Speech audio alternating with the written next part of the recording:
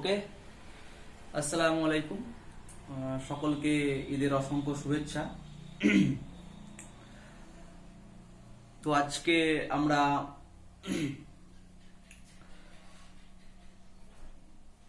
আগের যে ক্লাসে যে জিনিসটা স্টার্ট করা হয়েছিল সেই টপিকটা আজকে কন্টিনিউ করা হবে। ক্লিয়ার? তো আমরা শুরু করেছিলাম কি তোমার কোঅর্ডিনেট সিস্টেম, এবং আমরা 3 dimension 1D 2D and 3D coordinate system সম্পর্কে একটা প্রিলিমিনারি কনসেপ্ট পেয়েছিলাম। তো আজকে আর একটু ওই টপিকটাই এক্সটেন্ড করব। দেখো, আগের দিন আমরা যেটা বলেছিলাম একবার আমি রিপিট করছি, যে কোনো একটা পার্টিকুলার পয়েন্ট রয়েছে, ওই পয়েন্টটা সম্পর্কে আমি প্রেডিকশন করব, কাউকে আমি ইনফরমেশন দেব, এবং সে অ্যাকর্ডিং টু দিস ইনফরমেশন সে ওই পয়েন্টটার পজিশনটা খুব ভালোভাবে যে কোনো জায়গায় থাকুক না কেন সে বুঝতে পারবে, এবং ইন কেস যদি সে ওই পার্টিকুলার জায়গায় যায় আর কি, তাহলে অ্যাকর্ডিং টু দ্য ইনফরমেশন সে পার্টিকেলটাকে ইজিলি পেয়ে যাবে। ওকে, তো এর জন্য বলেছিলাম যদি if we give one information then এটা তোমার ওয়ান ডাইমেনশন কেস ক্ষেত্রে পড়ে যাবে। If we give two information then it will be in the case of two dimension, and if we give 3 informations then we give it we can explain it in 3-dimension coordinate system, and we also discuss about to explain the 3-dimensional coordinate system that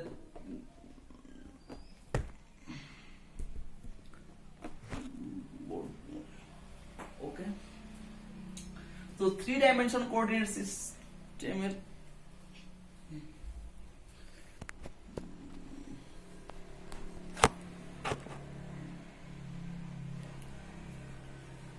ওকে, তো 3-dimension coordinate সিস্টেমের ক্ষেত্রে just a minute, something problem.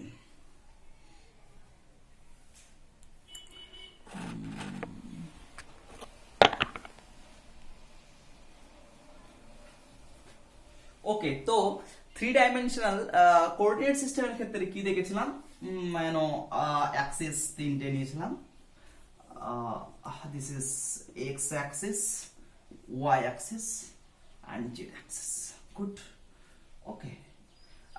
প্রত্যেকটা অ্যাক্সিসের জন্য তোমার একটা করে information দরকার। x axis জন্য one information, for the y axis we will get another information, and for z another one. Okay.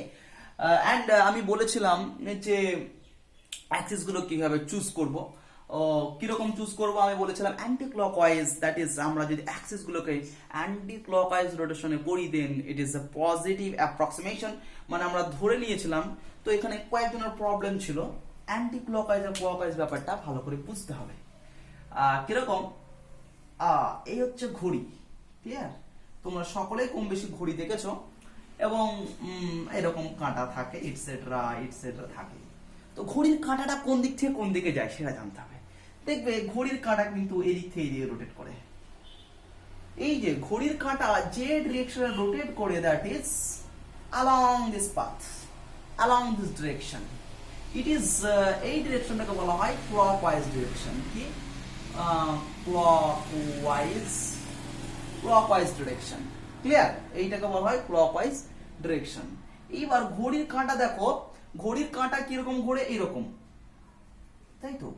আমি যদি ঘড়ির কাঁটা আমি ডিরেকশন বললাম জাস্ট লাইক দিস, আমি যদি এরকম কোন একটা ডিরেকশন কনসিডার করি, এই রকম, এই বরাবর ঘুরে, এইরকম ঘড়ির কাঁটা ঘুরছিল along this line, just see along this line, আর যদি আমি এই বরাবর একটা ডিরেকশনে ঘুরি আর কি, ঘড়ির কাঁটা যেটা ঘুরছে তার বিপরীত দিকে যদি ঘুরি সেটাকে বলা হয় অ্যান্টি ক্লকওয়াইজ ডিরেকশন।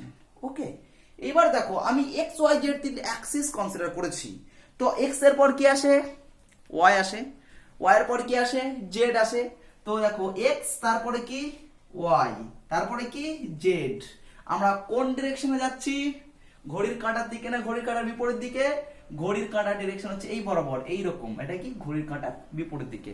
তো আমরা in the case in the field of physics আমরা যতগুলো এগুলো কনসিডারেশন, যারা বই লিখে তারা কনসিডার করে নিয়েছে, যতগুলো আমরা জিনিস মেজারমেন্ট করব সেটা যদি তোমার ঘড়ির কাঁটার বিপরীত দিকে হয় সেটাকে আমরা ফিজিক্সে পজিটিভ হিসেবে ধরবো, আর যদি ঘড়ির কাঁটার দিকে হয় তাহলে সেটা নেগেটিভ। ঘড়ির কাঁটার বিপরীত দিকে হলে পজিটিভ, ঘড়ির কাঁটার দিকে হলে নেগেটিভ। এটা হচ্ছে clockwise and anti clockwise direction. Okay, বোঝা গেল। এবার কাউকে আমি একটু বলি যে অ্যাঙ্গেল, কেউ বলছিল sir positive angle and negative angle কি, সেটা একটু জানার ছিল, তাই তো? দেখো, অ্যাঙ্গেল হচ্ছে, আমি কি বলেছিলাম, take a two lines, that is you can say A O B. So this is the angle between these two straight line. Okay, এইবার দেখো অ্যাঙ্গেলটা পজিটিভ অ্যাঙ্গেল আর নেগেটিভ অ্যাঙ্গেল কি করে বুঝবো স্যার? Good question. যদি তুমি এখান থেকে যা জার্নি স্টার্ট করো, ঠিক আছে তো, এখান থেকে জার্নি স্টার্ট করো, যদি তুমি এই দিকে যাও, মানে you can say this line is fixed line, you can consider another line. If I rotate this line along this direction, it will reach in that place sometime, after some time here, after some time here, and here. If we plot it, so these lines, এই সমস্ত লাইনগুলো create হয়েছে কিভাবে? আমি এটাকে এর রেসপেক্টে এই দিকে রোটেট করানোর জন্য। কোন দিকে রোটেট হচ্ছে? Anti clockwise. সো যদি অ্যান্টি ক্লকওয়াইজ রোটেট করি তাহলে আমরা যে প্রত্যেকটা অ্যাঙ্গেল পাবো, you can say this is θ1, this is θ2, this is θ3 and this is θ4 etcetera. যদি করো তাহলে দেখো এই প্রত্যেকটা অ্যাঙ্গেল কে বলা হয় positive angle. Clear? Positive angle কি অ্যাঙ্গেল? Positive angle. এবার আমি যদি এইরকম করি, কিরকম? এ কি এটা স্ট্রেট লাইন, স্যার আমি এই বরাবর টানবো, নো প্রবলেম।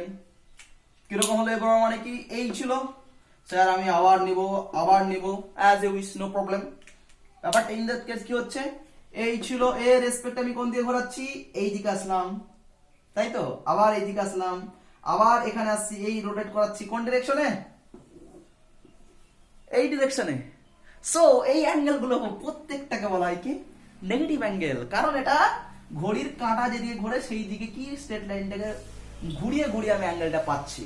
তাহলে পজিটিভ অ্যাঙ্গেল আর নেগেটিভ অ্যাঙ্গেল কিভাবে বুঝবো?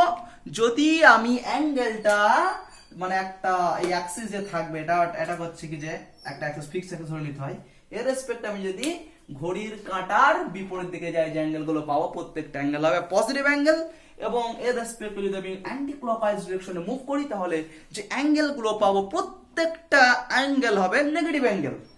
Clear? So positive angle and negative angle, clockwise direction and the anti clockwise direction. সকলে বুঝলে, তাই তো?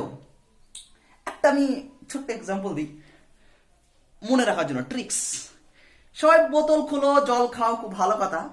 বোতলের যখন মুখটা মারবে, এই এই এই ঘোরাচ্ছ, কোন দিকে ঘুরছে সবাই ভালো করে অবজার্ভ করবে। মুখটা মারছি মানে পজিটিভ অ্যাঙ্গেল, ক্লকওয়াইজ। ঘড়ির কাঁটা যেদিকে ঘোরে দেখো, যখন বোতলের মুখ মারবে দেখো ওই দিকে ঘোরাতে হয়।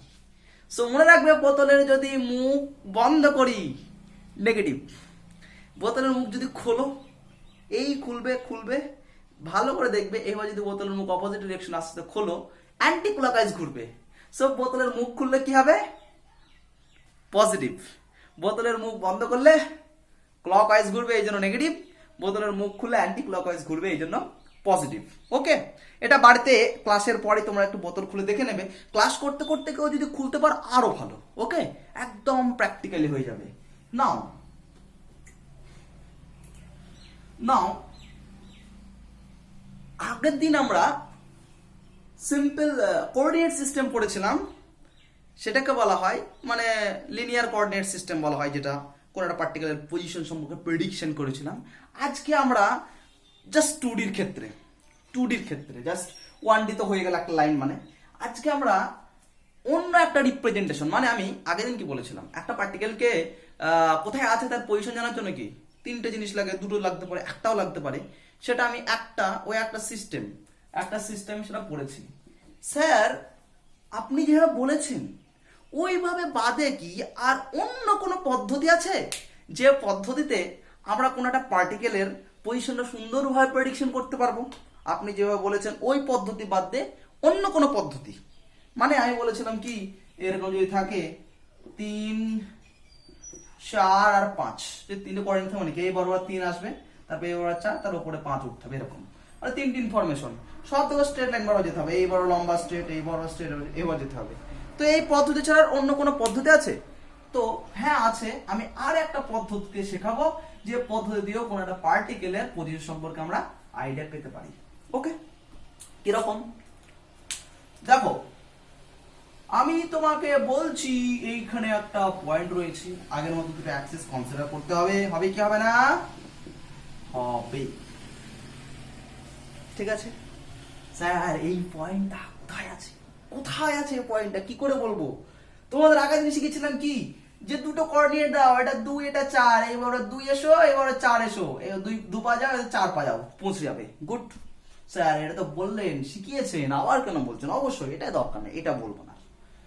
তাহলে স্যার কি করে অন্যভাবে কিভাবে বলবেন? মজা আয়েগা। দেখো পয়েন্ট আছে, বলছে যে পয়েন্টটা রয়েছে ওখান থেকে অরিজিনের উপর একটা স্ট্রেট লাইন ড্র করে দাও। কি এটা? স্ট্রেট লাইন হয়েছে। গুড। এইবার দেখো স্ট্রেট লাইন যদি ড্র করি, এটা কি অ্যাঙ্গেল? কত অ্যাঙ্গেল? থিটা।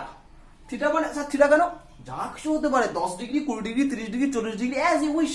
আমি যেন থিটা দিলাম, যার যা ইচ্ছা বসিয়ে নিও বাবা, 10 বসাও, 20 বসাও, 40 বসাও, যা খুশি বসাও, মেপে চাঁদা দিয়ে বসাবে। Theta angle. Clear?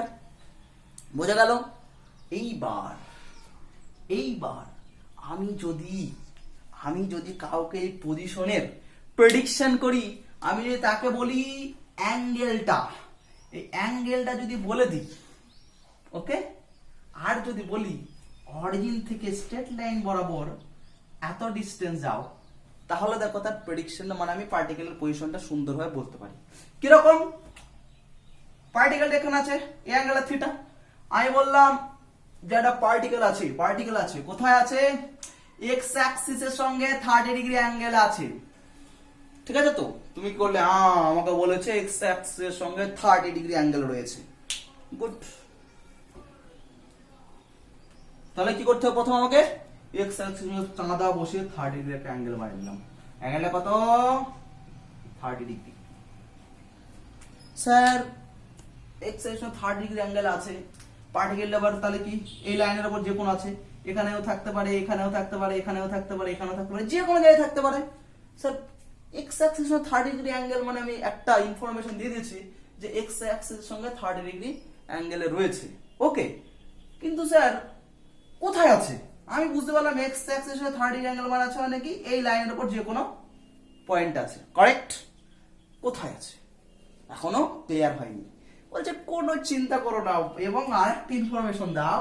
Second information কি? অরিজিন থেকে 5 সেন্টিমিটার দূরে আছে। কি? অরিজিন থেকে 5 সেন্টিমিটার দূরে আছে। তো কি হবে? এক্স অ্যাক্সিসে 30 ডিগ্রি অ্যাঙ্গেল স্ট্রেট লাইনে ড্র করে নিলাম। এবার কি বলছে? অরিজিন থেকে 5 সেন্টিমিটার মাপো। 1 2 3 4 5 এই পয়েন্টটা, এই পার্টিকেল সম্পর্কে বলছে। তাহলে দেখো আমি এখানে দুটো ইনফরমেশন লিখেছি, কিন্তু আগের মতো দুটো লেন্থ বলিনি। এখানে কায়দা করে একটা অ্যাঙ্গেল বলেছি আর একটা লেন্থ বলেছি। ঠিক আছে? তো কেউ বলো না, আমি একটা বল রেখেছি, দেখ বলটা এক্স এর 30 ডিগ্রি অ্যাঙ্গেল করেছে, সঙ্গে অরিজিন থেকে ডিস্টেন্স 10 সেন্টিমিটার। কি করবে? অ্যাঙ্গেলটা 30 ডিগ্রি বানাবে, এখান থেকে পা করে 10 সেন্টিমিটার যাবে, এই পয়েন্টটার কথা বলা হচ্ছে। ঠিক আছে? তো এইবার দেখো তুমি দেখো এই দুটো ইনফরমেশন দিয়ে, এই জায়গায় এই যে ফাঁকা জায়গা রয়েছে, এই দুটো ইনফরমেশন দিয়ে এই যে ফাঁকা জায়গা রয়েছে এর উপর যে কোনো একটা পয়েন্ট বলো, আমি জাস্ট দুটো ইনফরমেশন দেবো। স্যার এই পয়েন্টটা বলো। Good, no problem. First straight line draw করতে হবে, একটা অ্যাঙ্গেল বলে দাও, স্যার 70 ডিগ্রি অ্যাঙ্গেল। আর এখান থেকে ডিস্টেন্সের কথা বলো, 8 সেন্টিমিটার, 8 সেন্টিমিটার। ওকে, দেখো হয়ে গেল। এই পয়েন্টটা বলো, দেখো এই 70 ডিগ্রি অ্যাঙ্গেল এবং 8 সেন্টিমিটার দিয়ে কেবলমাত্র এই পয়েন্টটাই বোঝাবে, অন্য কোন পয়েন্টকে তুমি বোঝাতে পারবে না। যে দেখো 70 ডিগ্রি অ্যাঙ্গেল বানালে মানে এই লাইনের উপর পয়েন্ট আছে, এই পয়েন্টের উপর কোন পয়েন্টটা এখানে থাকতে পারে, এখানে থাকতে পারে, এখানে থাকতে পারে, এখানে যখন 8 সেন্টিমিটার বললে মানে এই পার্টিকুলার একটা পয়েন্টকেই বোঝানো হচ্ছে। এই যে সিস্টেম, এখানে দেখো দুটো ইনফরমেশন দিয়ে আমরা যে কোনো পার্টিকেলের পজিশনকে আমরা খুব সুন্দরভাবে এক্সপ্লেন করতে পারছি। এই সিস্টেমটাকে বলা হয় পোলার কোঅর্ডিনেট সিস্টেম। কি? Polar coordinate system, polar coordinate system. Clear? অ্যাঙ্গেলটা কি হবে? পজিটিভ। দেখো সবসময় মনে রাখো অ্যাঙ্গেলটা অলওয়েজ পজিটিভ। তাহলে আমি সিম্পল এই কোঅর্ডিনেট সিস্টেমে কোন একটা পজিশন, কোন একটা পার্টিকেলের পজিশন কিভাবে লিখতে পারি? r, থিটা দিয়ে। rটা কি? অরিজিন থেকে পয়েন্টের ডিসটেন্স, এবং থিটা হচ্ছে এই অ্যাক্সিসের সঙ্গে, এক্স অ্যাক্সিসের সঙ্গে ওই স্ট্রেট লাইনটার অ্যাঙ্গেল। এবার যে কোনো r সমান 4,40 হতে পারে, তাহলে একটা পয়েন্ট বের করবে। 5,60 হতে পারে আর একটা পয়েন্ট। 7,8,65 হতে পারে আর একটা পয়েন্ট। দেখো এরকম ভাবে বিভিন্ন রকম অ্যাঙ্গেল চেঞ্জ করো আর লেন্থটা চেঞ্জ করো, প্রত্যেকটা পয়েন্টকে তুমি স্পেসিফাই করতে পারবে। কিন্তু আমরা প্লেন কোঅর্ডিনেট সিস্টেমে কিভাবে রিলেট করতাম? 2 ডাইমেনশন যদি থাকে, যে 4,2 একটা পয়েন্টকে, মানে 4,2 মানে কি ছিল? মানে প্লেন, আগের দিন যেটা শিখেছিলাম সেটার কথা বলছি। কি ছিল? এটা যদি x ও এটা y, 4,2 মানে কি? এবার 4 যাও, এবার 2 যাও, সব লম্ব বরাবর। আর আজকে কি বললাম? আজকেই কি শিখলাম? আজকে কি শিখলাম? যে r, থিটা মানে কি? প্রথম থিটাটা বলো। থিটা ধরো 4,40, 4,40 মানে কত? প্রথমে কি 40 ডিগ্রি অ্যাঙ্গেল বানিয়ে নেবো, 40 ডিগ্রি অ্যাঙ্গেল। ডিসটেন্স এর কত? 4। এই দেখো সেম একটাই মানে পয়েন্টকে, যে কোনো পয়েন্টকে আমরা দুটো ডিফারেন্ট ভাবে আমরা রিপ্রেজেন্ট করছি। এই রিপ্রেজেন্টেশনটা যেটা শিখলাম আজ, যেটাকে বলা হয় plane polar coordinate system, plane polar coordinate system. Okay, বোঝা গেল? শিখলাম। স্যার কি কোশ্চেন আসছে? কিছু কোশ্চেন আসে না? ও বাবা, কোশ্চেন যদি না আসে তাহলে কি হবে? কোশ্চেন আসা দরকার স্যার। আপনি তো এটা 2 ডাইমেনশনের বডির ক্ষেত্রে এই প্লেন পোলার কোঅর্ডিনেট সিস্টেম শিখালেন। 3 ডাইমেনশনে যদি কোনো একটা বডি থাকে, তাহলে সেক্ষেত্রে কি করে আমি কোনো একটা পার্টিকেলের পজিশন নির্ণয় করব? 2 ডাইমেনশনে তো শিখলাম, যেটা শিখলাম আর থিটা, আর থিটা, এটা আর থিটা দিয়ে শিখলাম, তাই তো? 2 ডাইমেনশনে যে কোনো পার্টিকেল হিসাবে পার্টিকেলের পজিশন আমি এটা দিয়ে আমি বলতে পারি। কিন্তু 3 ডাইমেনশনে যদি কোনো একটা বস্তু থাকে, 3 ডাইমেনশনে যদি কোনো একটা বস্তু থাকে, তার পজিশন কি করে দেব? সম্ভব নয়, তাই তো? অফকোর্স সম্ভব নয়, কিন্তু সেটার জন্য আছে 3 ডাইমেনশনের কোনো একটা বস্তুকে ডিনোট করার জন্য আমাদের আর একটা কোঅর্ডিনেট সিস্টেম শিখতে হয়। সেটার নাম হচ্ছে স্ফেরিক্যাল পোলার কোঅর্ডিনেট সিস্টেম অথবা সিলিন্ড্রিক্যাল পোলার কোঅর্ডিনেট সিস্টেম। এটা তোমাদের সিলেবাসে নেই, তো আমি কোনোদিন সময় করে একটু এক্সট্রা ক্লাস নিয়ে তোমাদের এটা বুঝিয়ে দেবো 3 ডাইমেনশনে কিছু প্রজেক্ট করিয়ে, যে 3 ডাইমেনশনে কোনো একটা পার্টিকুলার যে পার্টিকেল যদি থাকে, সেই পার্টিকুলার পার্টিকেলকে আমরা মানে মানে আর থিটার ফর্মে কিভাবে রিপ্রেজেন্ট করব। 2 ডাইমেনশনে যেমন আর থিটা দিয়ে হয়ে গেল, 3 ডাইমেনশনে কোন কোঅর্ডিনেট সিস্টেমে নিয়ে গেলে সেটার আমি পজিশন সম্পর্কে জানতে পারবো। তার জন্য শিখতে হবে স্ফেরিক্যাল পোলার কোঅর্ডিনেট এবং সিলিন্ড্রিক্যাল পোলার কোঅর্ডিনেট। তোমাদের ওটা আপাতত না জানলেও চলবে, জাস্ট জেনে রাখো হয়। তাহলে আমরা দেখো কোনো একটা পার্টিকেলের পজিশন নির্ণয়ের জন্য দুটো কোঅর্ডিনেট সিস্টেম শিখলাম। একটা হচ্ছে এক্স ওয়াই জেড, যেটা আগে জানতে তোমরা, সেটা আমরা আগের ক্লাসে একটু জাস্ট রিভাইজ করে দিয়েছি। আর আজকে যেটা শিখলে আর থিটা দিয়ে করা যায়, তাই তো? আর থিটা দিয়ে করা যায়। গুড, আর থিটা দিয়ে করা যায়।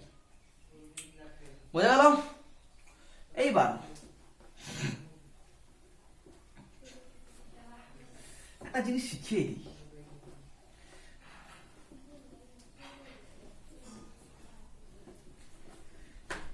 যাক, অনেকটা পড়া হলো, একটু গল্প করা যাক। তোমার প্রত্যেকের বাড়িতে কি আছে? বাবা মা আছে, ভাই বোন আছে, আরো অনেক রিলেটিভস রয়েছে। প্রত্যেকে ভালোবাসে এবং একে অপরকে প্রচুর ভালোবাসে। আবার কারোর নাকি খুব ভালো বন্ধু আছে, আছে তো স্পেশাল কোনো বন্ধু আর কি। তো বেশি স্পেশাল করো না, এখন ছোট আছো তো বন্ধু রাখাই ভালো, কারণ অনেক ভালো বন্ধু আছে, স্পেশাল যেন না হয়, প্রবলেম হবে। তো বাবা মা আছে ধরে নাও, যদি কেউ ভালো রেজাল্ট করে, অসম্ভব ভালো রেজাল্ট, বাড়িতে বাবা মা যদি রেজাল্টটা শোনে প্রচন্ড আনন্দিত হয়, তাই তো? রেজাল্ট ভালো করলো কে? তুমি। আনন্দিত হলো কে? বাবা মা, তাই না?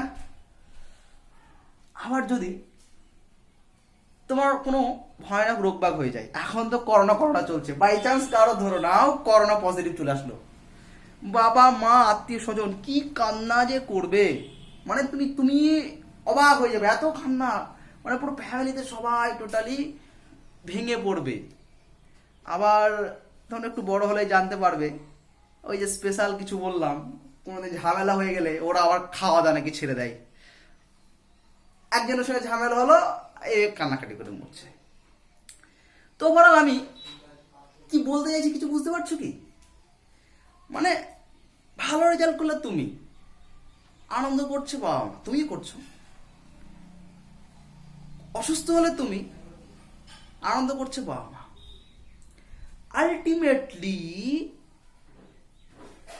আলটিমেটলি তোমার সুখ দুঃখের সঙ্গে বাবা মার হাসি খুশি বা সুখ দুঃখ নির্ভর করছে। এটা অপোজিটলি, বাবা মা যদি সুখে থাকে বা দুঃখে থাকে, তোমারও একটু আসর পড়ো, তুমি একটু নাকি দুঃখ একটু করে নিলে, বাবার দুঃখ হয়েছে আবার একটু দুঃখ করে নিলাম, বাবা আনন্দ করছে, চল আমি একটু আনন্দ করে নিই, করবে তো। তো আলটিমেটলি দেখো, তুমি একটা ইন্ডিভিজুয়াল সত্তা, তুমি একটা ইন্ডিভিজুয়াল মানুষ, তোমার বাবা মা তিনিও একজন ইন্ডিভিজুয়াল মানুষ। কিন্তু মজার ব্যাপার হচ্ছে, তুমি কিছু আনন্দ হলে উনি আনন্দ পাচ্ছেন, তোমার কষ্ট হলে উনি কষ্ট পাচ্ছেন, অ্যান্ড ভাইস ভার্সা, ওনাদের কিছু হলে তুমি কষ্ট বা আনন্দ পাচ্ছ। তো সামথিং ইজ লিঙ্ক, কোথাও যেন একটা কি কানেকশন, তাই না? কোথাও যেন কি একটা connection. What is this connection? কেউ বলবে ভালোবাসা, তাই তো? সবাই হাসছে মনে হয়, হাসির কিছু নেই, অফকোর্স এটাকে বলে ভালোবাসা। এবং এই ভালোবাসার জন্যই বাবা মা যদি অসুখী হয় তাহলে তোমরা কষ্ট পাও, বা তোমরা অসুখী হলে বাবা মা কষ্ট পায়। সো এই যে ভালোবাসা, এটা ইমোশন, এটা সবাই ভালো করে ফিল করতে পারো। এটাকে সায়েন্সের ভাষায় অথবা ফিজিক্সের ভাষায় কি বলে? ফাংশন। এটাকে কি বলা হয়? ফাংশন। ওকে, সায়েন্সের ভাষায় এটা কি বলা হয়? ফাংশন। বোঝা গেল? সো তোমরা জানো ফাংশন প্র্যাকটিক্যালি, বাট বুঝতে হবে। ফাংশন জানো কি হয়? দেব father is a function of son. বাবা কার ফাংশন? সনের ফাংশন। কেন? বাবা সন যদি সুখী হয় বাবা কি হবে? সুখী হবে। সন যদি দুঃখ পায় বাবা দুঃখ হবে। বাবার সুখ দুঃখ কার উপর ডিপেন্ড করছে? সনের উপর, তোমার উপর। সো তোমার বাবা ইজ আ ফাংশন অফ সন, তাই তো? তুমি যদি সুখী হও, হাসছো, তুমি হাসছো, হাসছে না, কারা এগিয়ে গেছে, হাসছে, আমি আঁকতে পারি না, তোমার জন্য আঁকছে, হাসছে, বাবা হাসবে, বাবা চুল উঁচু করে হাসবে, ভালো রেজাল্ট করেছো। যদি কষ্ট পাও বাবা কি করবে? কাঁদবে, তুমিও কাঁদবে। তুমি কাঁদলে দেখো তোমার ইফেক্টটা বাবার উপর পড়ছে। কেন পড়ছে? কারণ তোমার সাথে বাবার একটা রিলেশন আছে। আমরা সাধারণত সাহিত্যের ভাষায় এটাকে বলে কি? ভালোবাসা। ফিজিক্স কিংবা ম্যাথের ভাষায় এটা কি বলা হয়? ফাংশন। ওকে, সো আমি এত বড় father is a function of সন লিখতে লিখতে বই বিশাল বড় হয়ে যায়। বইগুলো এমনি মোটা মোটা বাচ্চারা দেখে ভয় পায়, তোমরা হয়তো ভয় পাচ্ছ এখন। আমি বলছি এই ফাংশনটাকে আমি যদি এফ লিখে দেবো, এফ, ঠিক আছে তো, সনকে লিখে দেবো এক্স। ক্লিয়ার? তাহলে কি ছোট হয়ে গেল? বইগুলো লিখতে সুবিধা হবে, বইয়ের সাইজ ছোট হবে, তোমাকে কম দাম দিয়ে কিনতে হবে, এবং কম দাম দিয়ে তুমি যদি বই কেনো বইটা ছোট হবে, পড়তেও বেশ ভালোই মজা লাগবে। So f is a function of x, মানে এফ কে আমি function, f is a function of x, মানে এক্স এর ভ্যালু, এক্স এর property totally depend by, sorry, f is a function of x, মানে এফ এর ভ্যালু, এফ এর property totally depends on কার উপর? এক্স এর উপর, তাই তো? এক্স এর উপর তোমার এফ এর সবকিছু ডিপেন্ড করছে। ক্লিয়ার? ক্লিয়ার? তো আমরা এবার বাবা মা থেকে বেরিয়ে আসি, বেরিয়ে আসবো বাবা মা থেকে। হ্যাঁ স্যার বেরিয়ে আসো, সমস্যা নেই। ওকে,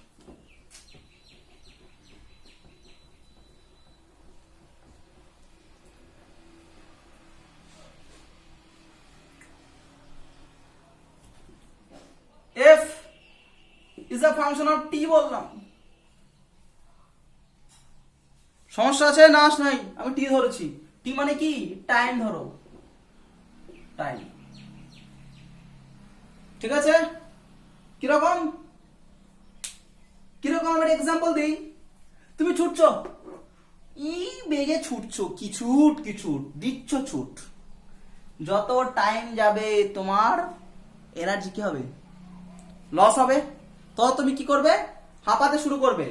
তাহলে তাহলে দেখো টাইম চেঞ্জ হলো। টাইম দেখো নাও, 1 সেকেন্ড বিশাল ছুটছো, প্রচুর এনার্জি। 2 সেকেন্ড আবার ছুটছো, 3 সেকেন্ড, 5 সেকেন্ড পর হাঁপিয়ে যাবে, থেমে যাবে। তাহলে দেখো তোমার টাইম বাড়ার সঙ্গে সঙ্গে তোমার এনার্জি, আমি এফ কে তাহলে আমি এখানে ই লিখতে পারি, E is a function of T, তোমার energy is a function of T.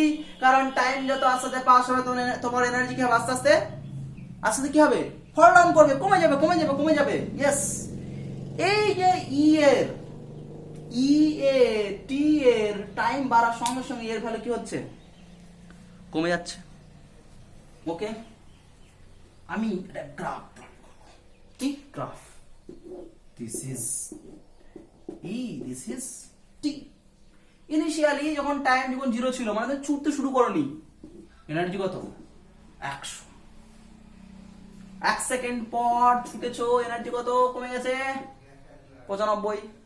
2 second পর ছুটেছো, এনার্জি কত হবে? 90। 3 সেকেন্ড পর এনার্জি কি হবে? 85। চলতে থাকবে, আস্তে আস্তে কি এনার্জি তোমার লস হবে। তোমার একবার ইচ্ছা জাগলো, প্রচন্ড ইচ্ছা, স্যার প্রত্যেক 1 সেকেন্ডে কতটা করে এনার্জি কমছে? প্রত্যেক 1 সেকেন্ডে কত করে এনার্জি কমছে? প্রত্যেকটা 1 সেকেন্ডে ধরে নিলাম এটা এনার্জি ই, এটা E1 নাম দাও, এটা E2, এটা E3, এটা E4। ঠিক আছে? তো দেখো t ইকুয়াল টু 0 তে, t ইজ ইকুয়াল টু 0 তে এনার্জি কত? E1। t equal to 1 A energy কত? E2। আমার কি জানার ইচ্ছা আছে, 1 সেকেন্ডে কতটা এনার্জি কমেছে। সো E2 মাইনাস E1, বা sorry E1 minus E2, E1 minus E2 কতটা কমেছে? আমি বললাম E1 100, E2 95। তাহলে আমি এখান থেকে এখানে জন্য এনার্জি কতটা কমেছে? এই E1 থেকে যদি E2 বাদ দিই, যতটুকু থাকবে সেটুকু কমেছে, that is E1 minus E2। ওকে, ই কি ছিল? ফাংশন অফ টি। কত টাইম হয়েছে? T1 minus T2। এদিকে T1 মাইনাস T2, এইটুকু টাইম ডিফারেন্স জন্য এইটুকু। ঠিক আছে তো? এইটুকু টাইম ডিফারেন্সের জন্য এইটুকু। আমি তোমাকে একটা উদাহরণ দিই, যে 5 সেন্টিমিটার একটা সুতো আছে, ওকে, তো 5 সেন্টিমিটার সুতোর দাম 10 টাকা। 1 সেন্টিমিটার সুতোর দাম কত? 1 সেন্টিমিটার সুতোর দাম কত? ঐকিক নিয়ম লাগাও, ঐকিক নিয়ম। 5 সেন্টিমিটার সুতোর দাম 10 টাকা, 1 সেন্টিমিটার সুতোর দাম 10/5। ঠিক আছে, আমি কি চাইছি 1 সেকেন্ডে কতটা কমেছে। T1 মাইনাস T2 সেকেন্ডে কত এনার্জি কমেছে? T2 minus E1। ঠিক, 1 সেকেন্ডে কত কমেছে? T2 minus E1 by T2 minus T1। Value put করো। E2 মাইনাস E1 কত? নয় 100 মাইনাস 95 5। T2 মাইনাস T1 কত? 1 5। 1 সেকেন্ডে কত এনার্জি লস হয়েছে? 5। ক্লিয়ার? সো এইখান থেকে এসো, এইখান থেকে এই যে আমি আবার রিড্র করছি যে কি T2 মাইনাস T1 সেকেন্ডে energy loss E2 E1 minus E2। 1 সেকেন্ডে energy loss E1 minus E2 by T2 minus T1। ঠিক আছে, তো এবার এটা কত দেখো, E1 মাইনাস E2 কত? 5 কত? 100 মাইনাস 95 5। E1 মাইনাস E2 যদি খুব ক্ষুদ্র হয়, 1 যদি হয়, না আমি বলছি ওর থেকেও ক্ষুদ্র 0.9, ওর থেকেও ক্ষুদ্র 0.8, ওর থেকেও ক্ষুদ্র 0.1, ওর থেকেও ক্ষুদ্র 0.001, ওর থেকেও ক্ষুদ্র 0.00, মানে আমি বললাম এই ডিফারেন্সটা খুবই ক্ষুদ্র। কতটা ক্ষুদ্র? যতটা কল্পনা করতে পারো তার থেকেও ক্ষুদ্র যদি হয়, তাহলে এই E2 minus E1 minus E2 কে ফিজিক্সের ভাষায় লেখা হয় ডি। কি এই ডিফারেন্সটা যদি খুবই ক্ষুদ্র হয়, কত ক্ষুদ্র? খুবই ক্ষুদ্র, এবং এই T2 মাইনাস T1 কে লেখা হয় ডিটি। ওকে, সো এইটাকে বলা হয় d by d t. D by d t মানে কি? টি এর খুব অল্প পরিমাণ চেঞ্জের জন্য এর কতটুকু চেঞ্জ হয়, এটাকে বলা হয় কি? ডেরিভেটিভ। DRI VATIV derivative. আজকে ডেরিভেটিভের জাস্ট ইন্ট্রোডাকশন হলো। নেক্সট ক্লাসে ডেরিভেটিভ সম্পর্কে আরো ডিটেইলস আলোচনা হবে। ডেরিভেটিভ কাকে বলে বুঝতে পারলে? এটাকে বলা হয় ডেরিভেটিভ। ফাংশন থেকে শুরু করেছিলাম, ফাংশন থেকে যদি না বুঝতে পারো ক্লাসটা আবার রিভাইজ করে ফাংশন থেকে স্টার্ট করে ডেরিভেটিভ। আমরা আজকে ডেরিভেটিভ জাস্ট ইন্ট্রোডাকশন করলাম, কাকে ডেরিভেটিভ বলা হয় সেটুকু। পরের ক্লাসে এর প্রপার্টি আলোচনা করব, এর ম্যাথামেটিক্স আলোচনা করব, এর ভবিষ্যৎবাণী করব, একে নিয়ে কেন ডেরিভেটিভ শিখলাম সেটা নিয়ে আমরা প্রচুর কিছু আলোচনা করবো নেক্সট ক্লাসে। সো নেক্সট ক্লাসে দেখা হচ্ছে। See you later. সবাই ভালো থেকো, সুস্থ থেকো, সাবধান থেকো, সচেতন থেকো।